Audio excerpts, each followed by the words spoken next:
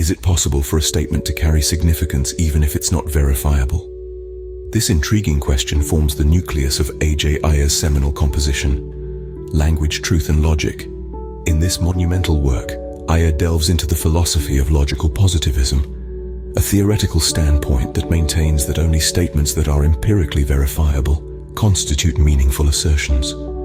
Furthermore, he explicates the concept of the verification principle, a key tenet of logical positivism. This principle upholds that a non-analytic statement's meaning and worth are determined solely by the feasible methods of empirically testing its truth. In the first chapter, The Elimination of Metaphysics, the tone is firmly set as Ayer presents a compelling case for the dismissal of metaphysical statements. He posits that these statements are essentially meaningless due to their lack of empirical verification. Expounding further, Ayer suggests that metaphysical statements do not present verifiable hypotheses about the world, and hence, they cannot be considered to be either true or false. They exist outside the realm of empirical science, which is the only domain Ayer deems capable of providing meaningful and verifiable truths. In his view, if a statement cannot be tested and verified empirically, it is devoid of any significance or real meaning. In the second chapter, The Function of Philosophy, Ayer takes a deep dive into the role of philosophy. He staunchly asserts that the central purpose of philosophy is to bring clarity to language and dissipate confusion, thus fostering a clearer understanding and more effective communication. According to Ayer, philosophy acts like a lens, sharpening the fuzzy edges of our expressions and ideas. It helps us unpack complex concepts, demystifying them to enhance comprehension. By eliminating confusion, philosophy not only enriches our understanding, but also enhances the efficacy of our interactions and discussions. In essence, Ayer portrays philosophy as a tool for fine-tuning our ideas and facilitating lucid, articulate communication. In the third chapter, named The Nature of Philosophical Analysis, Ayer embarks upon a comprehensive exploration of the methods and goals of philosophical analysis. He systematically dissects the various techniques used in this discipline, from theoretical abstractions to logical conjectures. Moreover, he delves deep into the ultimate objectives of philosophical analysis, unearthing its role in fostering critical thinking and illuminating vital aspects of our existence. This meticulous exploration serves as a robust foundation for his ensuing arguments in the chapters that follow. In the A priori, the enlightening fourth chapter, Ayer constructs an impressive dichotomy between analytic and synthetic statements. Analytic statements, he explains, are those where the predicate is contained within the subject. They are true by definition and do not require empirical evidence. In contrast, synthetic statements are those that are not inherently true and need empirical evidence for their validity. Ayer underlines the crucial significance of a priori knowledge in philosophical discourse. This a priori knowledge, he contends, lays the fundamental groundwork for our understanding, shaping our perceptions and worldview even before any experience or empirical evidence comes into play. This fourth chapter, the A priori, thus delves deep into the pivotal interplay between inherent knowledge and experiential evidence in philosophical dialogues. The fifth chapter, Truth by Convention, dives into the heart of the idea of truth as a linguistic convention. Here, Ayer takes us on an intellectual journey into the depths of language and its role in shaping our understanding of truth. He articulates the astonishing view that truth is not an undeniable fact, but a linguistic contrivance. This perspective unfolds startling implications for our perception of reality. Ayer's exploration of this concept compels us to question our own comprehensions and convictions about truth and reality. The sixth chapter, Critique of Ethics and Theology, delves deep into Ayer's scathing analysis of ethical and theological statements. Ayer systematically attacks these statements, arguing that they are devoid of empirical significance.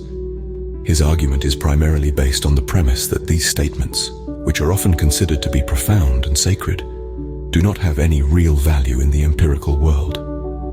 By questioning their meaningfulness, Ayer challenges the very fabric of traditional moral and religious thinking. In The Theory of Knowledge, the thoughtful seventh chapter, Ayer turns his intellectual gaze towards the nature of knowledge, exploring its sublimities with a critical eye.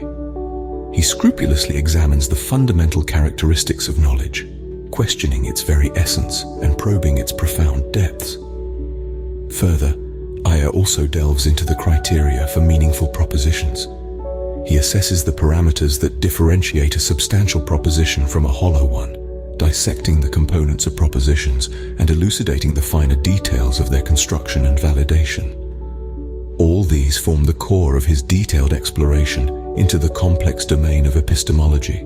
In the conclusive chapter titled "The Self and the Common World," Ayer embarks on an explorative journey to scrutinize the intricate connection between individual selves and the external world. His examination delves deeply into unraveling how an individual's perception is formed by their interaction with the world, and how this interaction, subsequently, influences their acquisition of knowledge. Ayer presents thorough insights and explanations, shedding light on the profound implications of this relationship in shaping individual cognition and understanding. Ayer's work continues to be pertinent due to a multitude of reasons. His critical contributions, particularly as a foundational pillar in the logical positivist movement, have left an indelible mark on 20th century philosophy.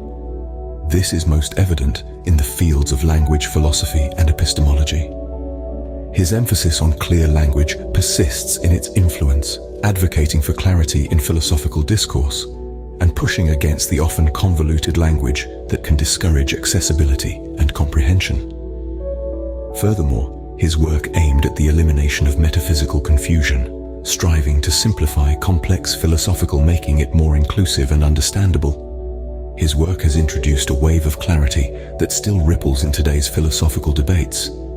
In addition, Ayer's exploration of the verification principle and its correlation to the meaningfulness of statements holds considerable weight in current discussions concerning truth and empirical verification. His sharp analysis and critique of ethical and religious discourse are as germane as ever, playing a significant part in debates about moral claim justifications and religion's role.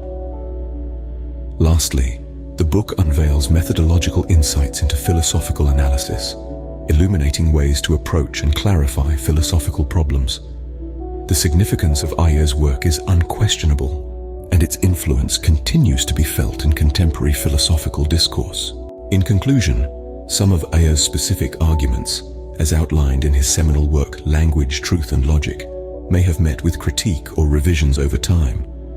However, it is undeniable that his broader themes and methodological insights have had a profound and lasting impact on contemporary philosophical discourse.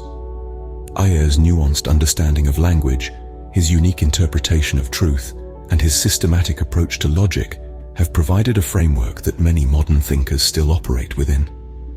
The concept of logical positivism, which he championed, forms the backbone of several philosophical theories today. His ideas have influenced a myriad of areas, breathing new life into debates around morality, perception, and the philosophy of mind. Thus, Ayer's Language, Truth and Logic can be seen as a cornerstone, shaping and guiding the direction of philosophical discussions and arguments in our current era.